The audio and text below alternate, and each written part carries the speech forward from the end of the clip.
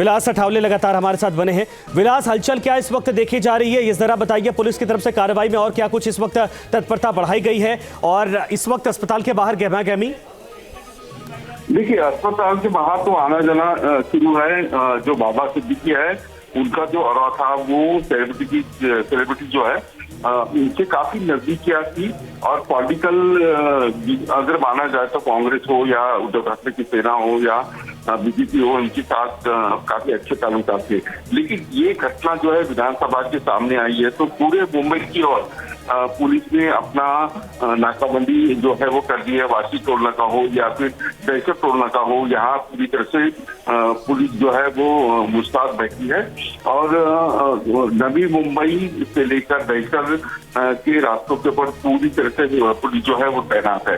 अब देखना है कि 2 आरोपियों को अरेस्ट करने के बाद तीसरा आरोपी जो है वो किस प्रकार से बांद्रा की ओर से निकला है, वो दहशत की ओर गया है या वाशी की ओर गया है, इसकी तहकीकात जो है वो पुलिस कर रही है। जो आरोपी मिले हैं हरियाणा और यूपी के, उसको अगर देखा जाए उनके साथ बातचीत हो रही है और उनसे एक क्लू मिलने की कोशिश पुलिस कर रही है। लेकिन एक फोटो जो सामने आया है उसमें 3 आरोपी दिखाई दे रहे हैं। तीसरा आरोपी की तलाश जो है पुलिस ने अपने तरीके से बांद्रा जांच में शुरू कर दी।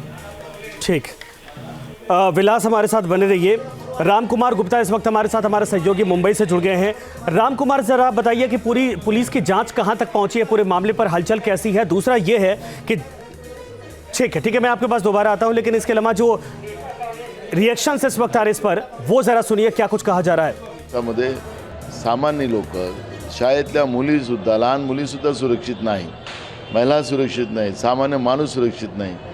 आज एक राजकीय नेता ज्यांना ते राज्यमंत्री महाराष्ट्राच्या विधिमंडळामध्ये त्यांनी महाराष्ट्राच्या मंत्रालयात काम केलेलं आहे, अशा व्यक्तीसुद्धा सुरक्षित नाही, याचाच अर्थ महाराष्ट्रामधली जी कायदा सुव्यवस्था आहे ती पूर्ण खराब झालेली आहे। हे आज त्याच्यावर शिक्कामोर्तब झालेलं आहे। राज्याच्या पोलीस महासंचालक यांची असंविधानिक पोस्टिंग करून सरकारने, तो लोगों की रिएक्शन आप सुन रहे हैं। राम कुमार गुप्ता हमारे साथ बने हैं। राम, इस पूरे मामले पर अपडेट फिलहाल इस वक्त क्या आ रही है? पुलिस की तरफ से कार्रवाई क्या है और अस्पताल के बाहर क्या कुछ देखा जा रहा है? मेडिकल बुलेटिन कब जारी होगा? शाम के समय ये गोलीबारी हुई। गोलीबारी में चलती कार पर उनके गाड़ी के ऊपर 3 राउंड फायरिंग की गई, जिसकी एक गोली उनके सीने में लगी, जिसके बाद तत्काल उनको वहां पर स्थानिकों की मदद से उनको लीलावती हॉस्पिटल में भर्ती कराया गया। जैसे ही इसकी जानकारी उनके कार्यकर्ताओं को मिली, उनका जमावड़ा तुरंत लीलावती हॉस्पिटल में लगने लगा। लेकिन मुंबई पुलिस की तरफ से चाक चौबंद लगा दिए गए, चारों तरफ नाकाबंदी लगा दी गई है और 2 लोगों को तावा लिया गया है, जिनसे पूछताछ की जा रही है कि ये वही आरोपी है या, और उसमें से एक फरार बताया जा रहा है। और वहां पर इस समय हॉस्पिटल के बाहर बता दे तो पूरी तरीके से एनसीपी कार्यकर्ताओं का हुजूम उमड़ा हुआ है कि गोलीबारी करने वाले लोग कौन है और मुंबई पुलिस क्या कार्रवाई कर रही है, इसकी जांच कर रही है। राम कुमार, मैं दोबारा आपके पास आता हूँ। नाना पटोले इस वक्त कह रहे हैं, कुछ सुनिए। संवैधानिक पोस्टिंग कर सरकार ने अपने पॉलिटिकल फायदे के लिए जो रणनीति बनाई उसी का परिणाम महाराष्ट्र की जनता भुगत रही है।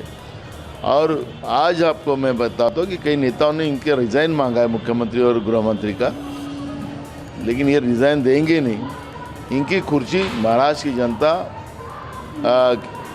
कुर्सी छीन लेंगे, ऐसी परिस्थिति आज महाराष्ट्र में है। तो नाना पटोले को आप सुन रहे थे। राम कुमार हमारे साथ है। राम कुमार, मेडिकल बुलेटिन कब जारी किया जाएगा? कितनी गोलियां लगी थी, ये क्या कंफर्म हो पाया है?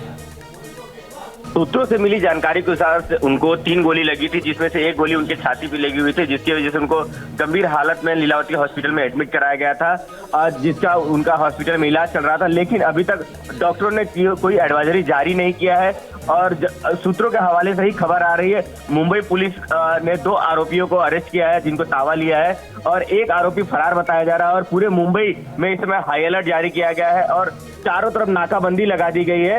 अब देखना यह है कि जो फरार आरोपी है उसको कब तक गिरफ्तार किया जाता है। नहीं, दोनों से पूछताछ में कुछ बात साफ आ पाई है कि वाकई में किसके कहने पर इस हत्याकांड को अंजाम दिया गया? क्या वाकई में किसी गैंग का हाथ है? क्योंकि अब तक किसी गैंग ने अगर हत्याकांड को अंजाम दिया होता तो इसके पहले भी वो सोशल मीडिया या किसी तरीके से वो बता देते हैं। जी, मुंबई पुलिस जांच कर रही है और दोनों आरोपियों से सख्ती से पूछताछ कर रही है, लेकिन अभी मुंबई पुलिस की तरफ से कोई बयान जारी नहीं किया गया है कि दोनों आरोपी किसी राजनीतिक पार्टी से जुड़े हुए हैं या किसी गैंग से जुड़े हुए हैं। अभी तक इस प्रकार की कोई बात सामने नहीं आई है।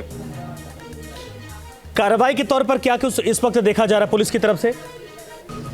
मुंबई पुलिस तरफ से पूरे मुंबई में हाई अलर्ट जारी की गई है। जो फरार आरोपी है उसकी जांच की जा रही है कि वो आरोपी किधर गया हुआ है, और मुंबई में पुलिस इस समय पूरी चाक चौबंद, क्योंकि आज दशहरे का भी मिलावा था और दो यूबीटी शिवसेना और शिवसेना की तरफ से मुंबई में मिलावा रखा गया था, उसकी तरफ से मुंबई पुलिस पहले से ही हाई अलर्ट पर थी। लेकिन ये जो हादसा हुआ, 3 गोली मारी गई, 2 आरोपियों को अरेस्ट किया गया और जो फरार आरोपी है उसको गिरफ्तार करने के लिए मुंबई पुलिस की तरफ से कार्रवाई तेज की जा रही है और चारों तरफ से नाकाबंदी करके रखी गई है। बाबा सिद्दीकी के बेटे से या परिवार से कोई बातचीत हो पाई है? क्योंकि जहां पर बेटे का ऑफिस था, दफ्तर था, उसी के आसपास नाकेबंदी जहां पर थी, वहां पर इस हत्याकांड को अंजाम दिया गया। क्या परिवार की तरफ से कुछ कहा गया है? कोई जानकारी वहां से साफ हो पाई जिस वक्त ये घटना घटी उसको लेकर?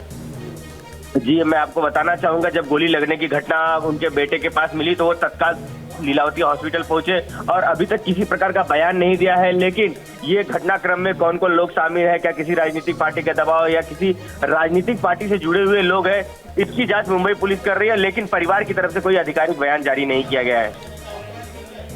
इस पूरे घटनाक्रम से पहले, कुछ दिन पहले कहा जा रहा है राम की बाकायदा थ्रेट किया गया था, धमकियां दी गई थी, फिर भी सुरक्षा को लेकर ये लापरवाही, इस पर किसी का कोई रिएक्शन, अब तक कोई बयान सामने आया है कि आखिर जब पहले से जान का खतरा था उसको लेकर धमकी दी गई थी तो ये चूक कैसे हो गई?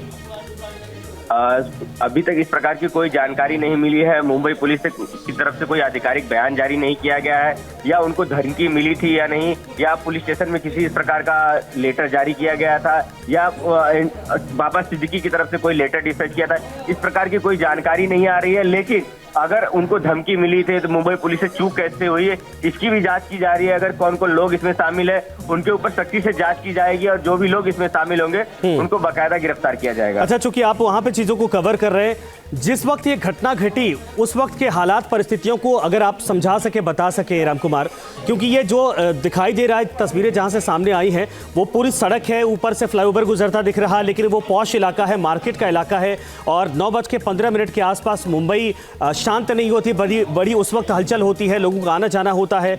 उस सरेआम सरेराह इस हत्याकांड को अंजाम दिया गया। कोई जानकारी, कोई सीसीटीवी फुटेज, कोई घटनाक्रम को लेकर जानकारी साहब? मुंबई पुलिस सख्ती से जांच कर रही है और जहां पर यह घटनाक्रम हुआ था वहां के आसपास के जो इलाके हैं, जितने भी सीसीटीवी फुटेज है उनकी जांच मुंबई पुलिस कर रही है और सीसीटीवी फुटेज के सहारे खंगाल रही है कि कितने लोग इस घटनाक्रम में शामिल थे, कौन कौन लोग थे जिन्होंने फायरिंग की। और क्योंकि आज नवरात्रि का विसर्जन का दिवस है, विसर्जन के लिए रोड खचाखच भरा हुआ था और पटाखों की आवाज के बीच राम कुमार, चूंकि कांग्रेस में हम लोग दोनों साथी थे, वो एमएलए थे, हमारे साथ में मंत्री भी रहे। बाबा एक दिलदार आदमी था, बाबा एक जाबाज एक साथी था और उन्होंने पॉलिटिकली बहुत अच्छा काम किया। मंत्री रहते हुए भी बहुत एक उनका जो स्वभाव था, दिलदार आदमी था और लोगों की सेवा करने में, काम करने में पॉलिटिकली बड़ी मैच्योरिटी थी उनको और अच्छा काम करता था, बेहतरीन काम कर रहे थे। बाबा का जाना इस तरीके से हम सब के लिए बड़ी शॉकिंग न्यूज़ है और बाबा जाना ये हमारे लिए एक फैमिली मेम्बर घर से चला गया ऐसे ही हमें लगता है। मैं समझ सकता हूँ उनकी पत्नी और उनके बेटे पर क्या गुजर रही होगी। तो ऐसे दुख भरे वक्त में हम अल्लाह से, ईश्वर से, भगवान से यही चाहते हैं कि उनको ताकत दें, उनकी फैमिली मेम्बर्स को इस हादसे से बाहर निकलने के लिए। बहुत ही गहरा सदमा सबको पहुंचा है। व्यक्तिगत तौर पे मैं भी एक हमारा दोस्त हो चुका हूं, ऐसा ही मुझे लगता है। बाबा का पुरानी यादें बहुत दिल में ताज़ा है।